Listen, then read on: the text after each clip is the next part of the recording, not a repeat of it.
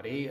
Welcome to Professional Writing. My name is Professor Mike, and today is October 1st, and it's the beginning of, of our course, but it's also the beginning of wearing masks and things like that too. So you may see me, or if you're in the hallways and you see the Canadian flag, I'm probably one of the most identifiable people here at the faculty though. Okay, so today, I would like to kind of go through a small PowerPoint presentation, show you a few videos. I'm going to speak about writing. I want to do two things in particular. If you were not here last week, I'm going to talk a little bit about writing an outline. And the other thing is it's a new lesson today, so I want to go right into writing abstracts, okay? So let's get started. I think the first thing I should do, I'll go quickly through, some information about where my office is, office hours, my email address, and so on, but also the course syllabus, okay? So let's get right into it here. I'm just going to move over to the other. So the first thing I want to talk to you today is about the course requirements. Okay, so in order to complete the course, you will be asked to hand in 3 assignments. Okay, so you will hand in an abstract sometime at the end of this month in October. I'll let you know next week. I'm also going to ask you to write a CV, okay, a curriculum vitae, and you can hand that in sometime in November. And then the last thing, probably around the end of November, beginning of December, you're going to create a poster and also a small abstract to go along with that poster, okay? So that's going to be for the students' conference and so on, okay? All right, my office hours. Okay, so if you were at the information session last week, and we did have a small lesson as well, my office is actually at the back of the classroom. Okay, so the classroom is B1209, and you can come and see me every Friday between 8 o'clock and 10 o'clock. Okay, the door will be open. And you're welcome to come, and if you have any questions whatsoever, if you need any course materials, by all means come and ask me for them. I have everything here, and I'm happy to share share with you all the materials that you need. Okay, so let's have a quick look here at the syllabus. Okay. Sorry about the dates, actually. I just realized I have different dates from the other presentation, but it doesn't matter. Just pretend that this is October 1st and October 8th and so on. So today we're going to go very quickly through the outlines. And then I want to look at these 3 things here, especially the abstracts, titles, and keywords. I don't know if I'm going to have much time for appropriate tenses, so I might shift that till next week. But basically, if you can see here, for all of October, we're going to look at parts of the research paper. Okay, so for example, an abstract, then the introduction of your research paper, materials and methods. Okay, I have a lesson here on some grammar. Then the discussion and conclusion, and I guess results will probably be here somewhere as well, okay? Now, in November, a little bit cut off here, let me move the camera back. Okay, so in November, we're going to focus mostly on letter writing. So that means the resume, I'm going to send you the seminar on that.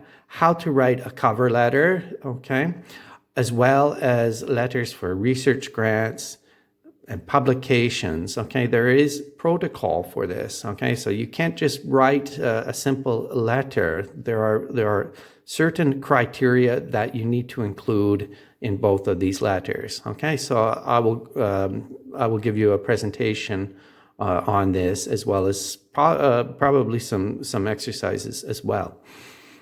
And, okay, so towards the end of November, we're going to do the poster design. And then the poster, well, it's not really a presentation. Unfortunately, we're doing it online. So you're going to send it to me. And as well, you're going to send me your poster abstract to accompany it. And then here, December 5th, December 12th, well, I'll probably think of something different, to be honest, because we're not in the classroom.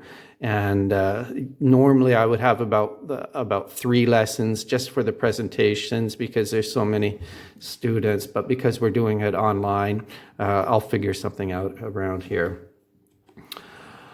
Okay, then. So,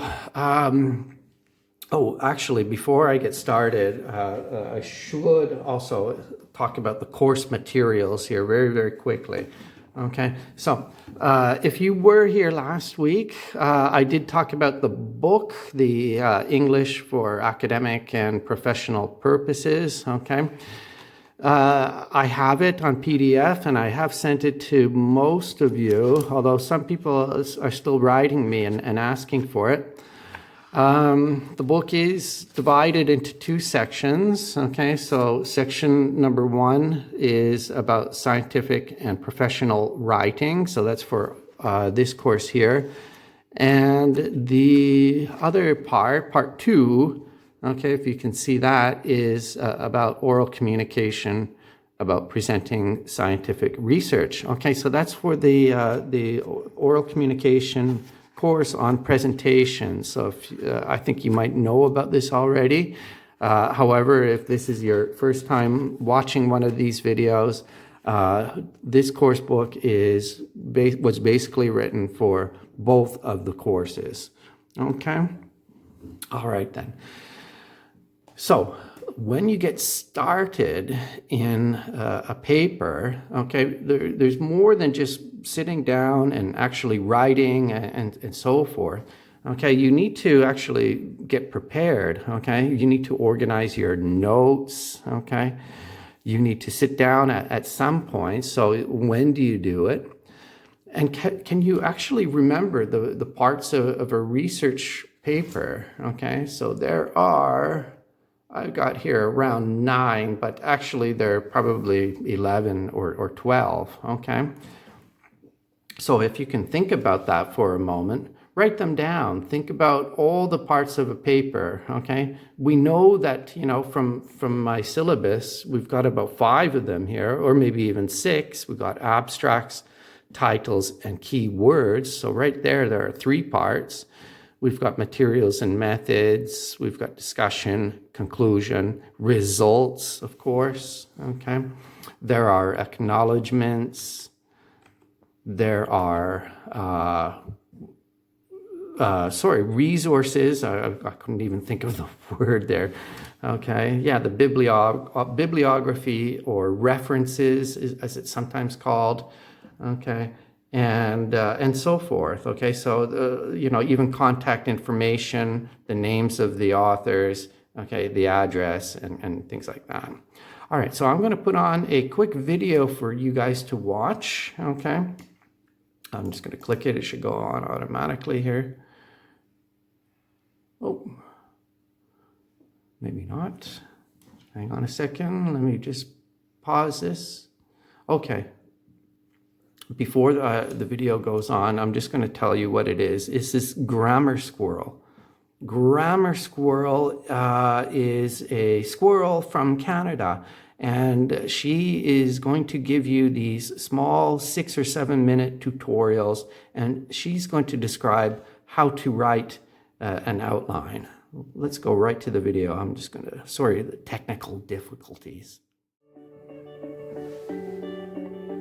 Here at UBC, as part of an ambitious project involving instructors, staff, and talking squirrels, we are developing videos to help you with your writing skills. Because communicating science effectively is an incredibly important part of being a good scientist.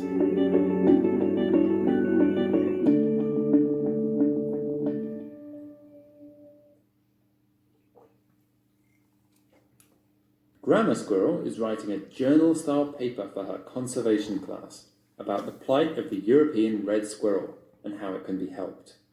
This species is becoming rare due to a number of factors, including competition from the grey squirrel. She understands the importance of including lots of relevant sources and their citations in her paper, which will come from the work of other people researching similar things. As a result, she's been doing lots of reading. The night before her paper is due, she sits down to put her thoughts into text. But as the minutes tick away all too quickly, she realizes that she's partitioned too much time for research and not enough for writing. And that's actually the least of her problems. Despite the depth of her content knowledge, she's finding it really hard to construct a logical piece of work, or even to focus on a central idea. Many of her paragraphs are repetitive, or they don't link well with one another, and there's too much focus on some points compared to others. At this point, it's all too much to take. And the next day, a tired and disheartened grammar squirrel submits her paper. And a couple of weeks later, she's upset, if not surprised, when she retrieves her graded paper. However, the tip to use an outline gets her thinking. Grammar Squirrel has heard about using outlines before, but she doesn't know where to begin in creating one. So, to find out more, she decides to visit a tutor at the Writing Centre. The tutor tells her that it's a good idea to make brief, summary-style notes when she's first reading material that might be usable. And she also says to make sure she doesn't lose track of which sources the information comes from, because she'll need to cite these sources in the final paper. Because the paper she's writing is supposed to be in journal article format, much of this background reading and supporting information will add great detail to the introduction and discussion sections. Then, she says, it's important to plan how to logically approach the piece of writing you're about to produce. This will involve breaking it down into the different sections that you'll need to address before you start writing anything. Imagine the contents page of a book. That's roughly what the outline should look like, with each chapter taking a new direction, building on what came before. The tutor says that once the outline is complete, Grammar Squirrel should go back to the summarised notes from all of her reading and brainstorm from these how and where she can add them in as sources and citations in her paper by using the outline as a framework. She should also start to plug some of this information into the outline at this point. For example, some of that information that Grammar Squirrel read about increased acorn prices lowering birth rates, that would fit nicely into the introduction. Once that information has been plugged in, it's time to use the outline and go and write that paper. It's usually best to do this draft in one sitting and then leave the editing for another day. And remember, a draft is just that, it's a draft, so don't spend too long perfecting sentences at an early stage. It's a good plan to wait at least 24 hours before reviewing that first draft with fresh eyes. When the day of editing does come, try to make sure there's only one main point per paragraph, and then make sure that information moves from general to specific within each of these paragraphs. The reason for this, says the tutor, is that you should ensure each paragraph begins with a topic sentence, which is basically a general summary, or a signpost if you like, of what the reader can expect to read in that paragraph alone. If someone is in a real hurry, they should be able to read the topic sentences alone and have some idea of the argument you've made and the logical path that it has taken. Finally, says the tutor, make sure each sentence within all the paragraphs transitions smoothly and logically into the next one. To help with this, she advises the use of short, succinct words or phrases, like these. With all of this useful information now locked away in her brain, Grammar Squirrel heads home with a good feeling about her next paper. So this time, as she's doing her reading, she makes those little summaries that she was advised to, and then she draws up her outline a few days before starting to write her paper. When it comes to writing, Grammar Squirrel puts her thoughts into text fairly quickly, and by using her outline, She feels that the level of detail is appropriate in each section, which leaves her with some time to chill out in front of her favourite show before bed. Then, in a couple of nights' time, she sits down to begin the editing process. In doing this, she checks that all of her topic sentences and her transition words and phrases link all the sentences together smoothly. And soon after, she hands her essay in after a good night's sleep. And she can be happy that she's done all of her hard work justice, no matter what grade she receives. To recap, although many squirrels and people think that writing an outline is a waste of time, it really is one of the best ways to maximize your chances of crafting a cohesive, logical piece of writing. And, just as important for some squirrels, it'll save much, much more time in the long run. As a quick checklist, remember that to create and use an outline, you should follow these basic steps. 1. Draw up a list of sections, headings, and subheadings. 2. Fit your research into these. 3. Write each section. 4. Pay attention to writing effective topic sentences and using effective transitions. 5. Wait at least 24 hours before editing the draft you've just completed. And 6. Read thoroughly and consider revisions.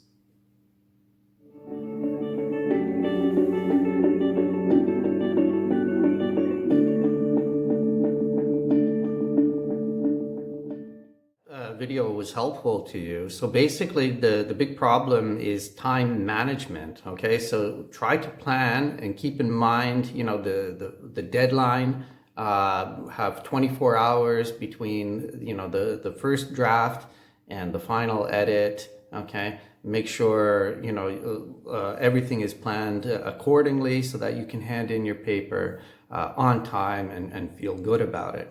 But what I really liked about this video is that she has a lot of structure. Okay, so the tutor is a teacher like Do Giovanni, and the tutor basically suggested that she should have 3 pages, you know, or 3 papers on her desk. Okay, so on her left side, I think would be over here. This is my right. Okay, so she had her notes. Okay. On the other side, then she had basically her bibliography, all her references.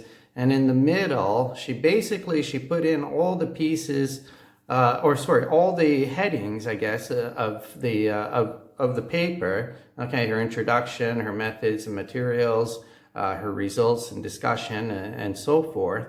And from all of her notes and everything, she was able to put in all the key parts. So I'm just going to go quickly and review her out. So basically, her outline looks like this. As I said, she had the information, her notes, her sources, and then the outline itself right in the middle. Okay. Also keep in mind that try to write everything in one sitting, okay? Leave the editing for another day, okay? You know, make sure you leave at least 24 hours, okay?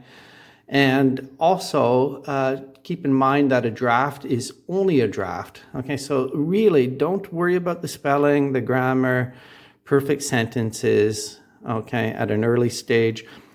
When you go and do your edit, okay, all of this is going to be cleaned up, okay? So you're going to look at all the typing errors, you know, preklepi, grammatica, and so forth. And then you can use those words like however, currently, in spite of, and so on, okay? So that you can use effective transitional sentences, okay? And so that when you do come to the day that you need to write your paper, make sure that you use only one main point for each paragraph. Remember that each paragraph should start with a topic sentence, okay? So that the topic sentence is actually a signpost for what the reader can expect to read in that paragraph alone.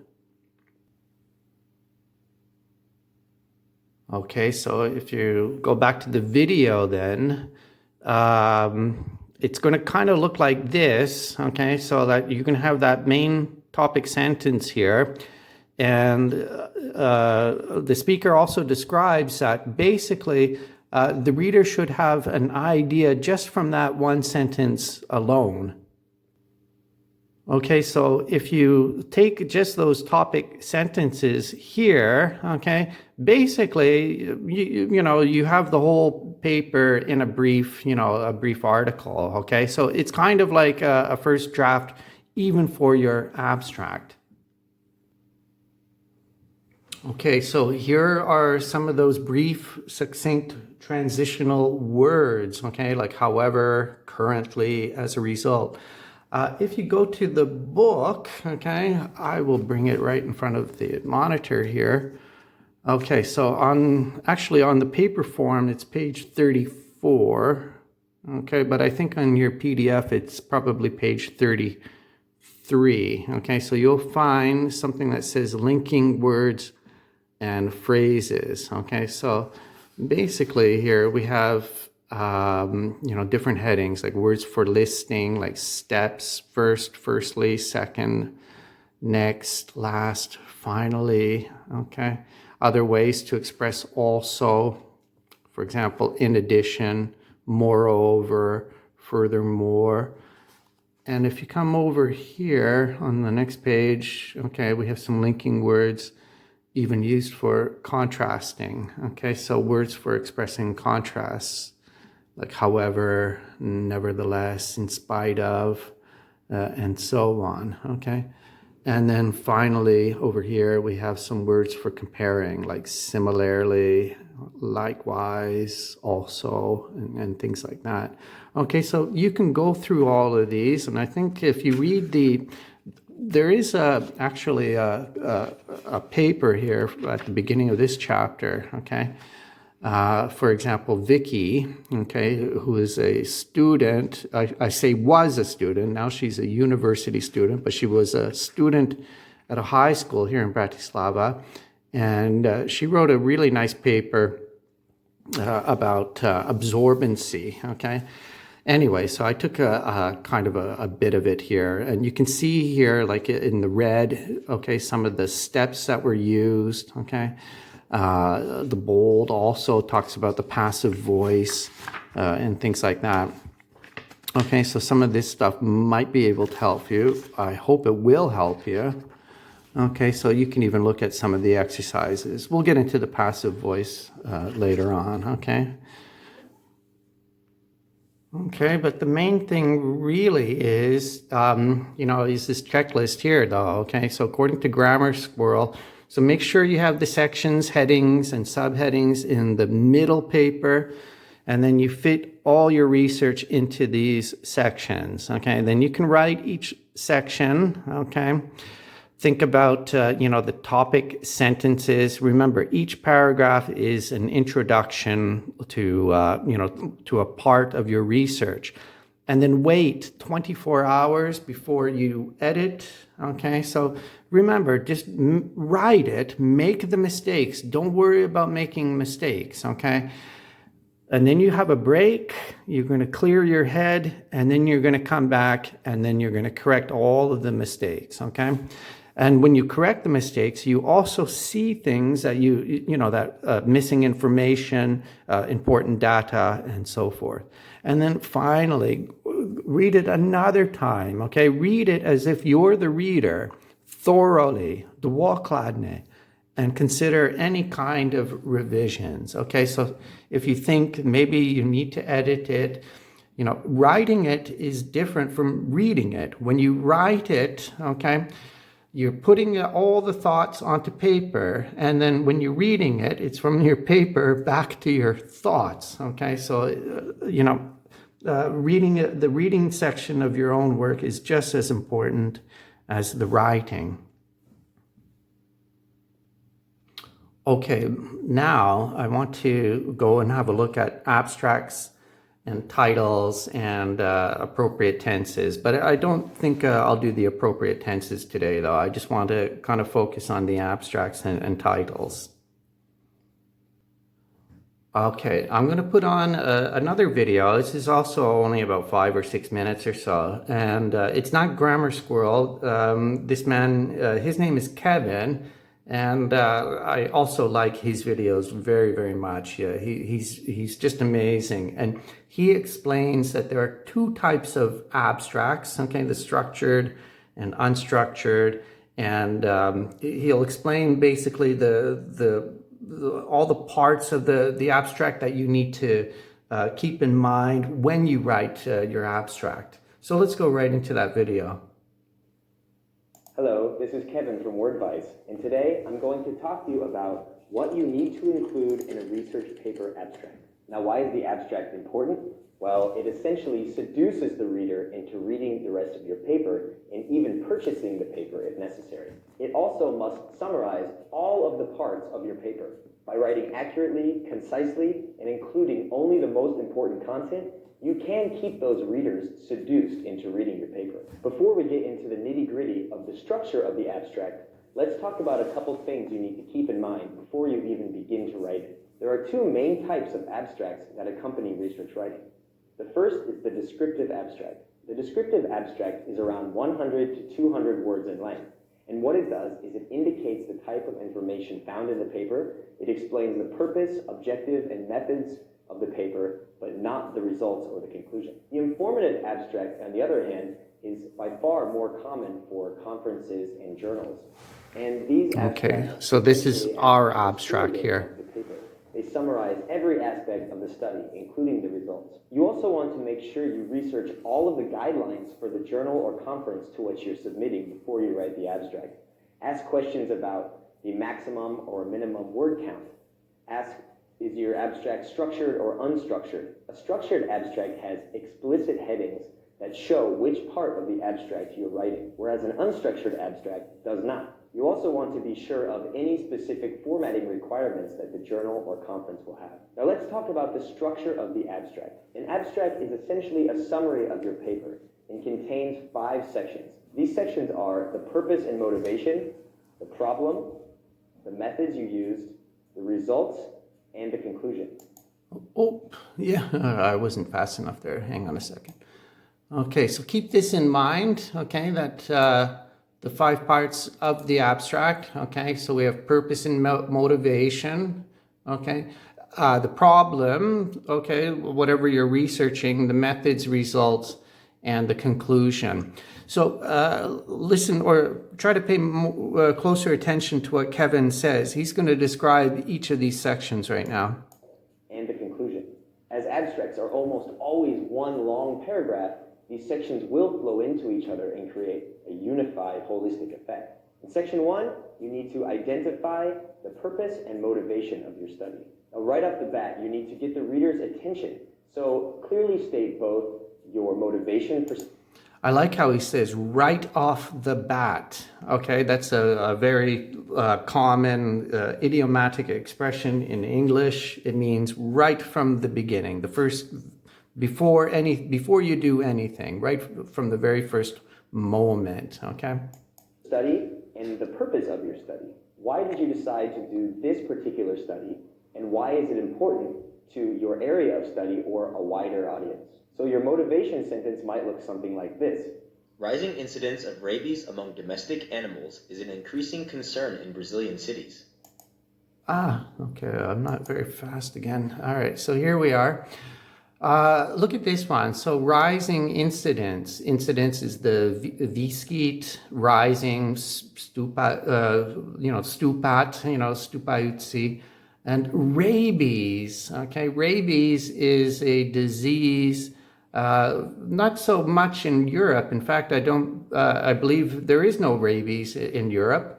However, there is rabies in Canada, where I come from, and in Slovak, I have to think about it, Šteklina or something like that. I think so. You might need to look in the dictionary.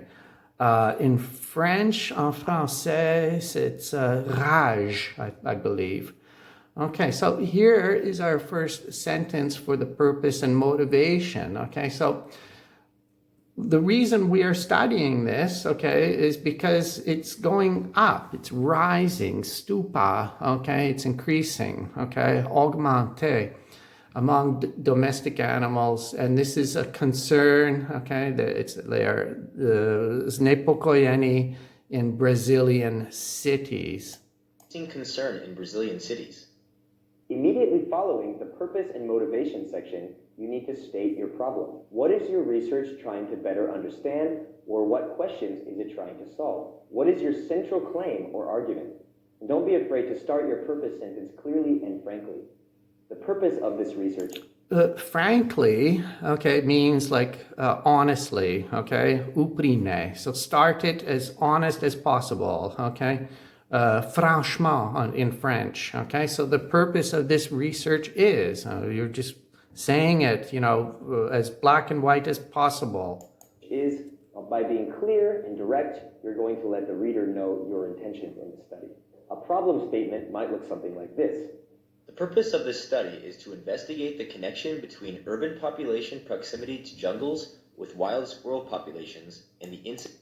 Okay, so I'm going to pause it at this moment here. Yeah, look at that. So the purpose of this study, okay, is to investigate the connection between urban population, the proximity, right, the bliskost, the distance, to jungles with wild squirrel populations, and the incidence of rabies in domestic animals. Okay, so yeah, here is you probably think I'm very crazy at this moment. I use a lot of squirrels in my as examples here, but actually, to be honest, it's all a coincidence. It just happened that grammar squirrel is a squirrel, and that Kevin is using squirrels in his abstract.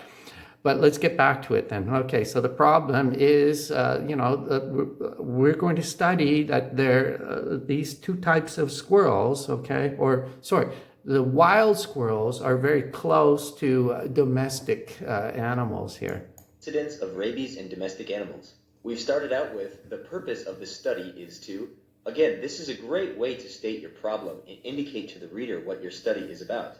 Following your motivations and the problem, you need to talk about your methods. What did you do and how did you do it? Now, you don't have a lot of space to talk about your methods here. So what you want to do is discuss only those methods that are most significant. Which parts are most important for readers to understand your results? Using a cross-sectional analysis, this study analyzed the incidence of rabies in Brazilian squirrels from 2007 to 2015 and measured these results against a similar study conducted in 2011.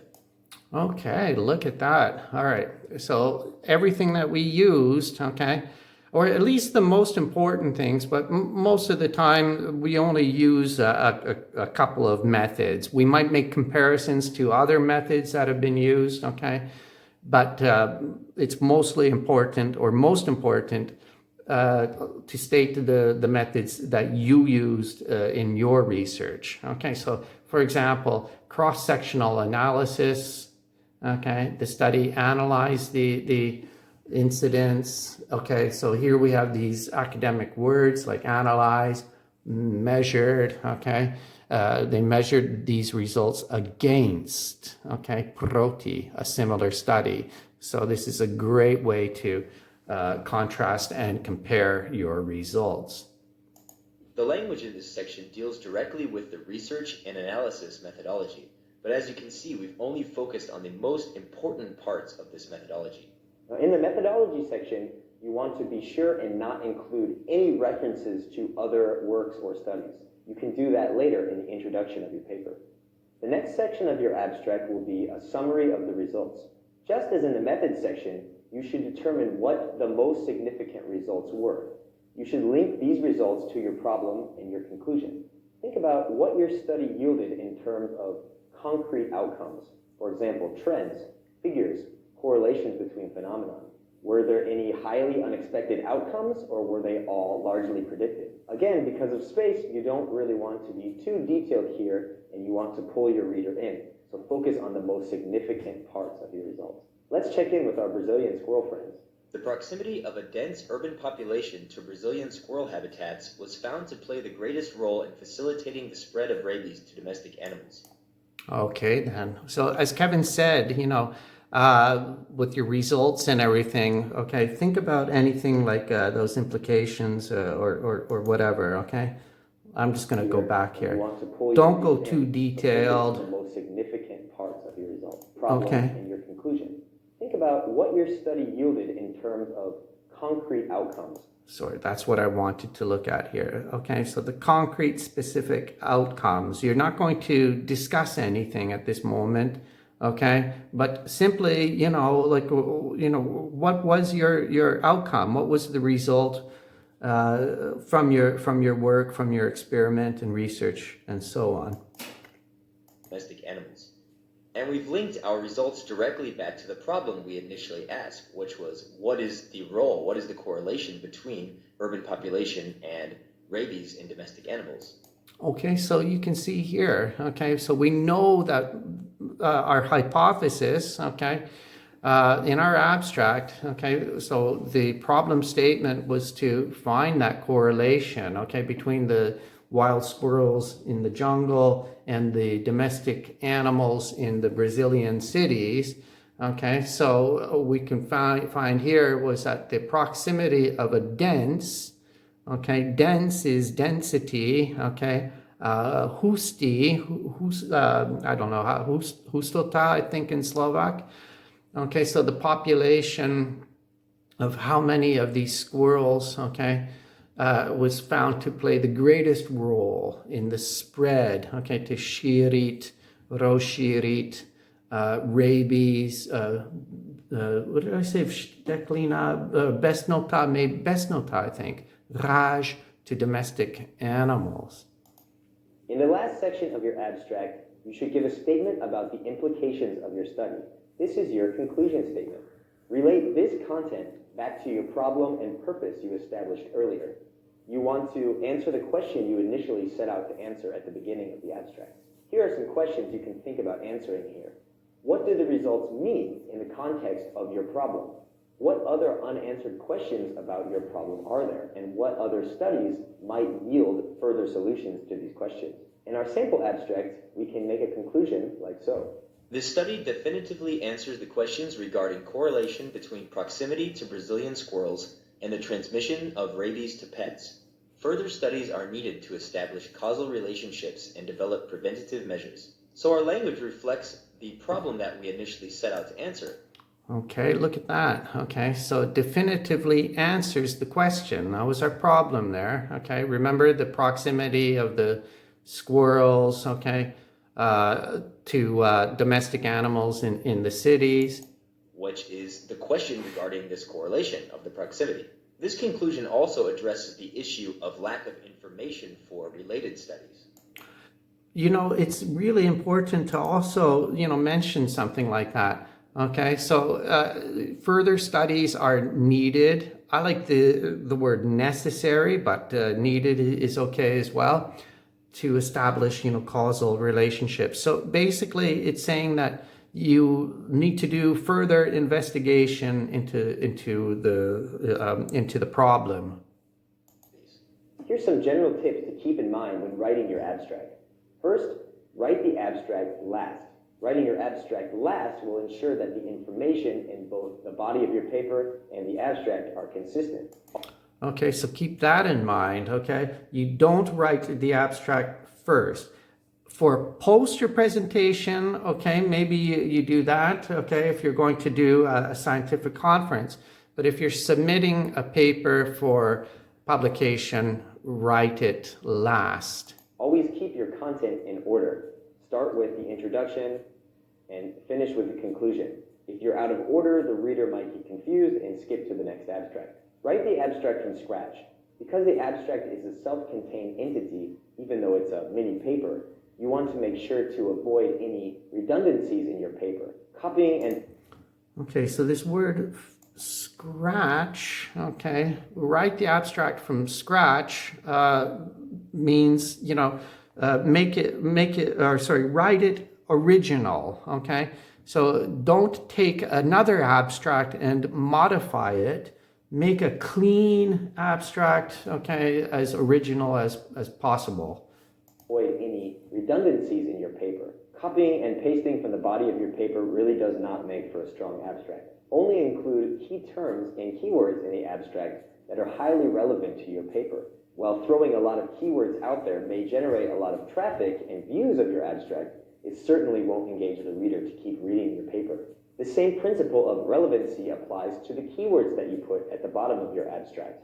By using the terms that are most relevant to your paper, you ensure that on a search engine or database, the researchers searching for your work will find what they need to find and not extraneous information. So we hope this video was helpful in helping you write an abstract that will engage and encourage a reader to keep reading your paper. If so, please like and subscribe to our channel. And for more great content, please visit wordvice.com. Okay. Thanks, and happy writing. Yeah, let's leave it. A quick checklist of everything that Kevin basically described, and then we can move on to some titles, and we'll just finish today's lesson around there. Okay, so let's get back to our 5 sections. Okay, so keep that in mind, and always write the abstract in order. Okay, so the first section is your purpose and motivation. Okay, why did you study this, and the purpose, and why is it important for the reader to read what you've written here, okay, or to a wider audience, for the whole world, for example, to know all about this, okay. Think about the problem, okay, what is your research trying to understand or solve, your central claim or argument. I'm just going to go back to number 1 here. With number 1, purpose and motivation, and your problem statement, these are, you can change them. You can kind of alternate, okay? So your problem statement can be first, and your purpose and motivation can be second, or vice versa, okay? All right, then you need to also talk about your methods, okay? So again, only the most important methods in this section, all right? Don't, include any references to other works or studies, okay? The results, okay? Only the most important results. And remember, bad results or undesired results are also valid, okay?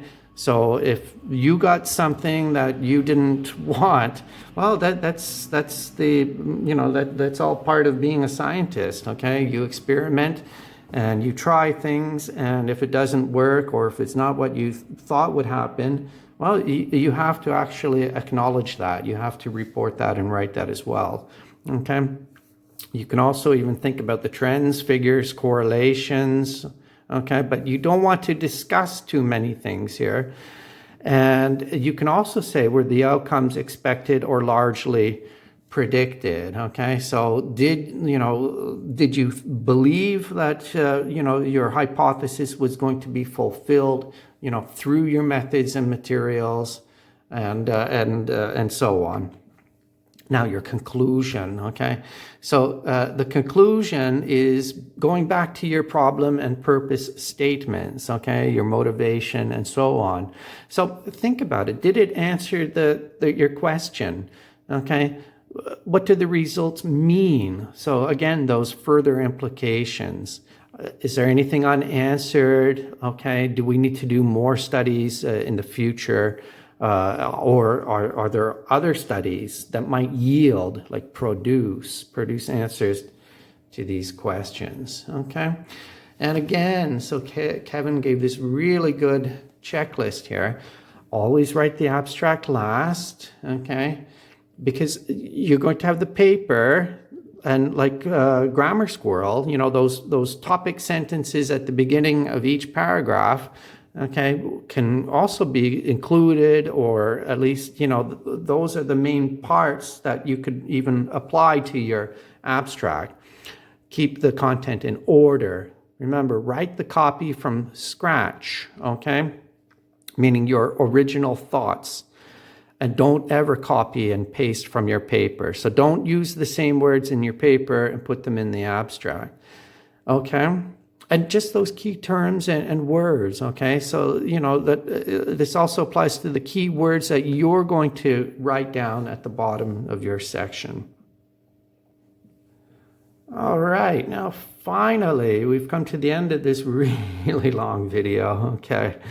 Yeah, it's probably not the most interesting material though, but I want to look at titles, okay? So you have to always keep in mind, try not to go more than 12 words, okay? 12 is really long, okay? 6 words, 10 words, you know, and 12 words is really stretching it.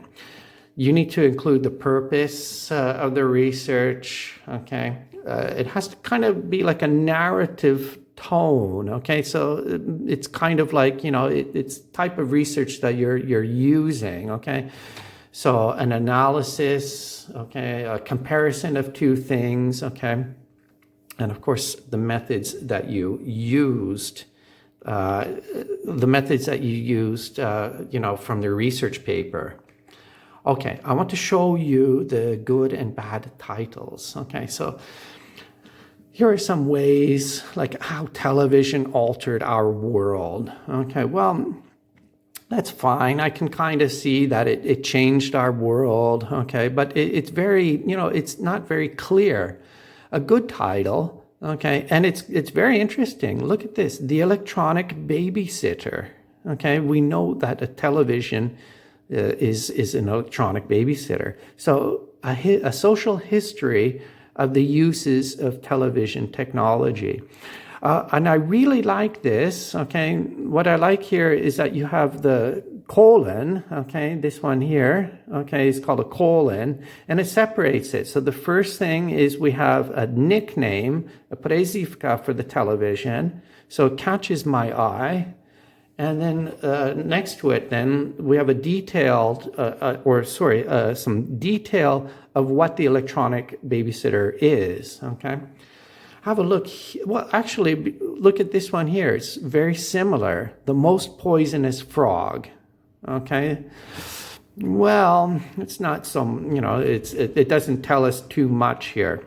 A good title could be A Deadly Beauty. Okay, again, I really like the colon. So the evolution of skin coloration and toxicity of the poison dart frog. Okay, so we don't just have the most poisonous frog. It doesn't tell us anything here. But here we have the poisonous dart frog. Okay, and we're talking about the evolution of its skin coloration and its toxicity. Ugh. All right, then, have a look here. Okay, way too long, even though it's got a colon here, okay? There are just too many words in both of these titles, okay? Look at this, A Brief History of Subcultures and How They Manifest Themselves in a Constantly Changing Socio-Economic Environment. Ugh. Better to say, reconsidering counterculture in contemporary society. Or even The Little Mermaid, 29 years later, selling a harmful sexist message through a vivid and attractive image, okay? It's not bad, but it's just way too long though. Okay, so we can talk about the projection of gender stereotypes in The Little Mermaid. Okay, you can even use some subtitles, okay? You know, subtitles are also very helpful, okay? So you can have the title and then you can follow it, okay? Linguistic ethnography and the study of welfare institutions as a flow of social practices, okay? So you're providing some extra information, okay? But don't, you know, include that in the title. So if you have a very long title, go to a smaller one and then add, you know, the extra information in a subtitle, okay? So here we have some, for example, we have qualifies the geographic scope, the temporal scope, okay? Focuses on the investigating the ideas and so forth. Okay, when you write a title, so there are some certain steps that you can answer. All right, so remember, what is my paper about? the techniques that were used, okay, you know, methods, who, what is studied, what were the results, okay. So my paper, these are not the titles, okay, but my paper studies whether X therapy improves the cognitive function, okay. It was a randomized trial, okay, so that was my technique, okay. I studied 40 cases from 6 cities in Japan, okay, who and what and where, okay. And there was an improvement in the cognitive function. Okay, so even from my paper, I can, you know, list key words. Okay, so for example, the X therapy, a randomized trial. That's my method. Dementia is right there. Okay, the problem. We have the location. Okay. For example, what was studied? Well, we used 40 cases. And here is our result. There was an improvement in the cognitive function of patients. So I'm going to leave it for today. I apologize. It probably wasn't one of my best videos. It's like, you know, 10 minutes to 8 and I got to get going. I've got students coming here in about 15 minutes and I'm going to give them an information session on our courses. So again, I told most of you guys don't come this week because it's just a repeat of last week. And then we're going to be 100% online, okay? So I don't want you to do any homework or anything like that. Homework, I'm going to start, sending assignments and things like that probably next week, okay?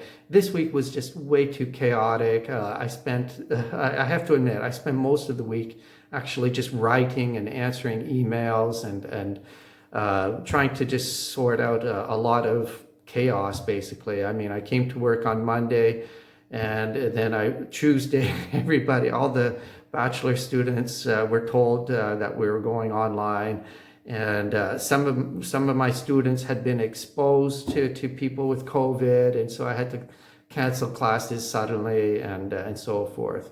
But saying all that, I'm glad I was able to, tell you some things, at least, about writing outlines, abstracts, and titles, and and share some of that knowledge with you guys. Okay.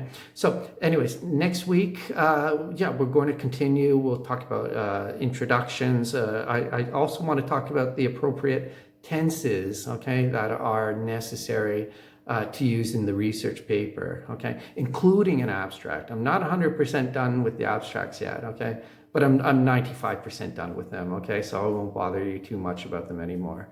Okay, guys, you guys have a great, great weekend. Tomorrow's Friday, and then we're looking at beautiful weather, so try to get outside if you can before the cold weather comes back to us. Okay, take care, everybody. Bye-bye.